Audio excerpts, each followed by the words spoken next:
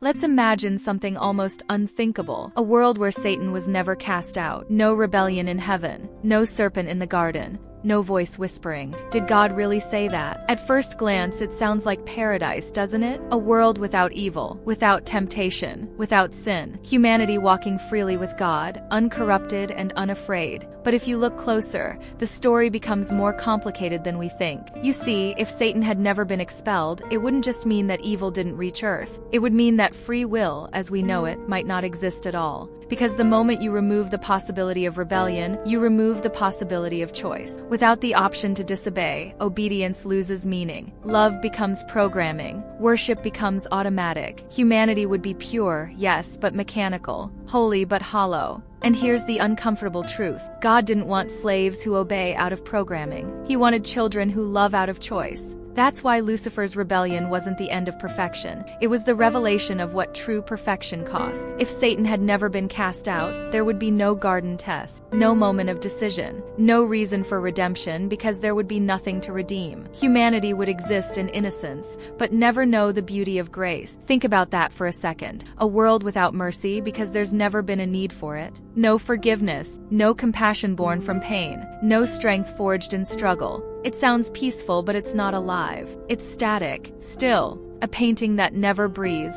And that's the first truth we often miss when we imagine a world without the fall. Perfection without freedom is just silence dressed in light. A silent heaven where no one questions, no one chooses, no one loves, not truly. So maybe the moment Lucifer was expelled wasn't just the start of chaos. Maybe it was also the beginning of choice, the beginning of story, the beginning of everything that makes existence real. Because only when darkness appeared could light truly shine. If Satan had never been expelled, there would be no war in heaven, no clash between loyalty and pride, no Michael raising his voice in defiance, no moment when angels had to decide whom they would serve. Heaven would have remained quiet, but not peaceful, just untested. You see, peace without choice isn't real peace. It's the calm of something that's never been challenged. Like a house that's never faced a storm. It looks strong, but no one knows if it truly is. When Lucifer rebelled, he forced heaven to reveal what it was really made of. The loyalty of angels wasn't just spoken, it was proven. The holiness of God wasn't just declared, it was defended. That moment, painful as it was, separated imitation from conviction. Now imagine that never happening. Imagine a heaven where every being sings, but no one knows why. Where every hallelujah is perfectly tuned, but empty. Where harmony is flawless, yet soulless. That's not heaven. That's control.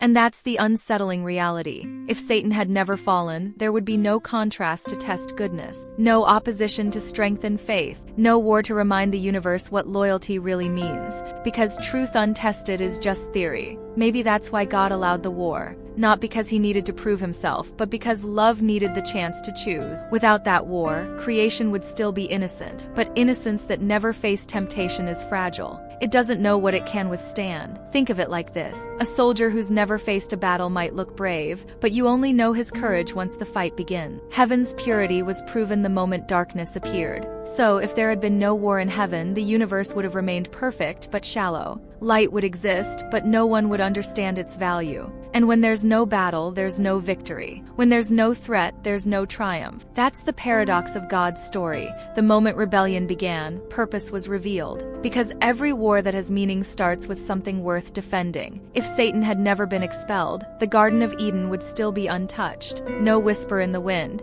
No voice twisting the truth. No fruit held out with a promise that changed everything. Adam and Eve would have walked freely with God. Not hiding, not ashamed, not questioning. Humanity would never have known the sound of guilt in its own voice. But here's the strange truth. Without temptation, obedience loses its meaning. You can only choose light when darkness exists. Without it, goodness becomes automatic. Not chosen, not earned, just programmed. Imagine a world where no one could lie. Not because they didn't want to, but because the thought simply didn't exist. Imagine kindness, but without compassion, because no one had ever seen suffering. Imagine love that never had to forgive, because no one had ever hurt another soul. It sounds beautiful, doesn't it? But it's also hollow. Because the depth of the human spirit, the courage, the compassion, the redemption, all come from the ability to fall and to rise again. If Satan had never brought temptation, there would be no fall, but there would also be no story, no struggle, no redemption, no reason for grace. We wouldn't understand mercy because no one would ever need it. We wouldn't understand sacrifice because nothing would ever be at risk. In that version of the world, humanity would live forever, but without depth. Perfect bodies, perfect minds,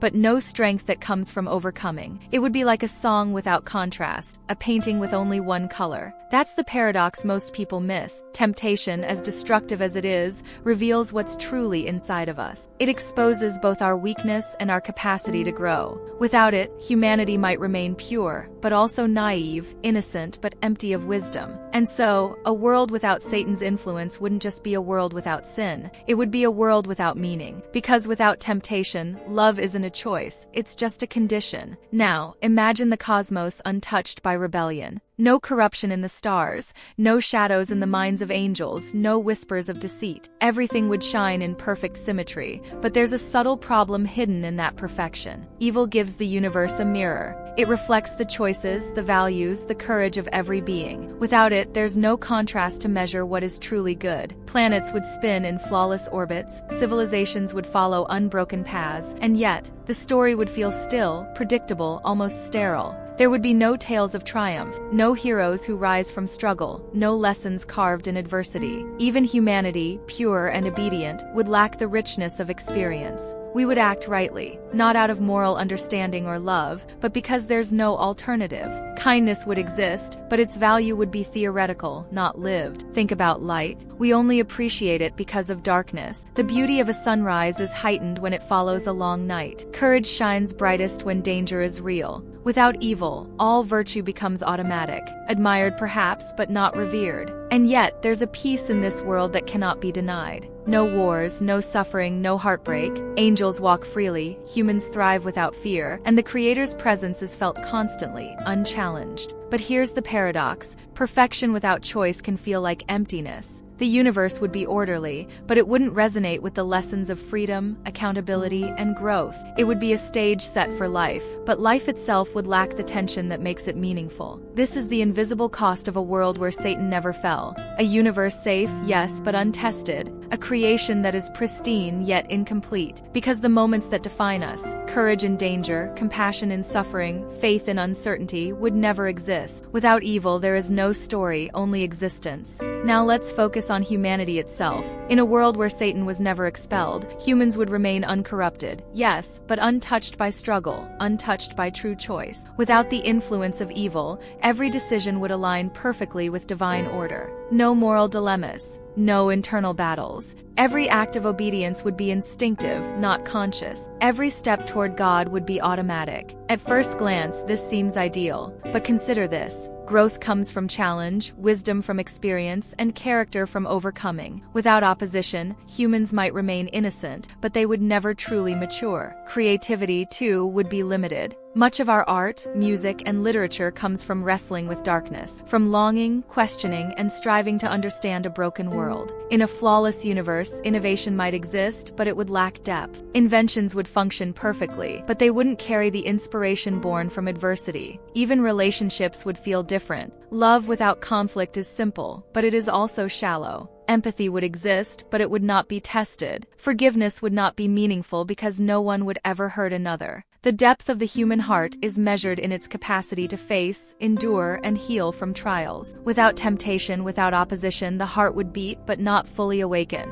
And yet, there's undeniable beauty here. Humans would walk with God in complete harmony, understanding His presence intuitively. No shame, no guilt, no fear. Every soul would reflect divine perfection. But think carefully. Perfection without challenge may feel safe, yet it is incomplete. The full spectrum of human potential requires contrast, light and darkness, freedom and restraint. A world without Satan might have prevented pain and corruption, but it would also have prevented the lessons that shape character, the courage that defines heroes, and the depth that makes love, mercy, and faith meaningful. In short, humanity would exist in purity, yes, but at the cost of experiencing its own potential to rise, to create, and to truly understand the divine. Let's step back and examine the paradox of a world untouched by evil. On one hand, perfection sounds like paradise. No suffering, no fear, no injustice. Angels and humans coexist in seamless harmony. The natural world thrives without struggle, and every act aligns with divine will. But here's the paradox: perfection without choice is not freedom. Without opposition, there's no testing of values, no growth through decision-making, no triumph over adversity. Virtue becomes routine, love becomes default, and wisdom remains theoretical rather than earned. Imagine a society where every decision is correct, every law followed instinctively, every heart naturally aligned with God. It seems ideal, yet the very essence of what it means to live fully, to struggle, to question, to overcome, is absent. Humans exist, but they do not experience. Even the joy of discovery would be muted. Learning without challenge is predictable. Curiosity without risk lacks the thrill of revelation. Every invention, every act of creation would serve function perfectly, but would not carry the depth that struggle gives meaning. There's also a spiritual dimension to consider. In our world, faith is forged through uncertainty and testing. Without evil, faith would be unnecessary because the divine presence would be undeniable, constant, and unquestioned. Belief would not be a choice, it would be automatic. And when choice disappears, so does the true measure of devotion, courage, and love. Yet, we cannot deny the beauty either. Peace would be unbroken. Humanity would thrive in harmony with creation. No disease, no decay, no sorrow. Every being would live as intended, in complete alignment with the Creator. The paradox is clear. Perfection provides safety and stability, but it strips life of tension, struggle, and the profound meaning that comes from overcoming. A world without Satan would be flawless on the surface, but flat in experience. It would be a world of existence, not a world of life. Now, let's bring this reflection back to our own reality. We live in a world where evil exists, where temptation, pain, and injustice shape every part of life. And yet, understanding the world that could have been, a world without Satan, gives us perspective on why challenges matter. First, it teaches us the value of choice. Every moment of obedience, every act of kindness, every decision to love rather than hate carries meaning because it is tested. Unlike a world of perfection, our choices have weight. They define who we are and who we become. Second, it reminds us that struggle is not punishment, but a catalyst for growth. Pain, conflict, and adversity push humanity to develop wisdom, resilience, and empathy. Without contrast, we would exist in purity but never truly live. Third, it clarifies the role of evil. Satan's presence introduces challenges, yes, but it also highlights the need for vigilance, discernment, and moral courage. Darkness exposes light, weakness illuminates strength, and failure teaches lessons that perfection never could.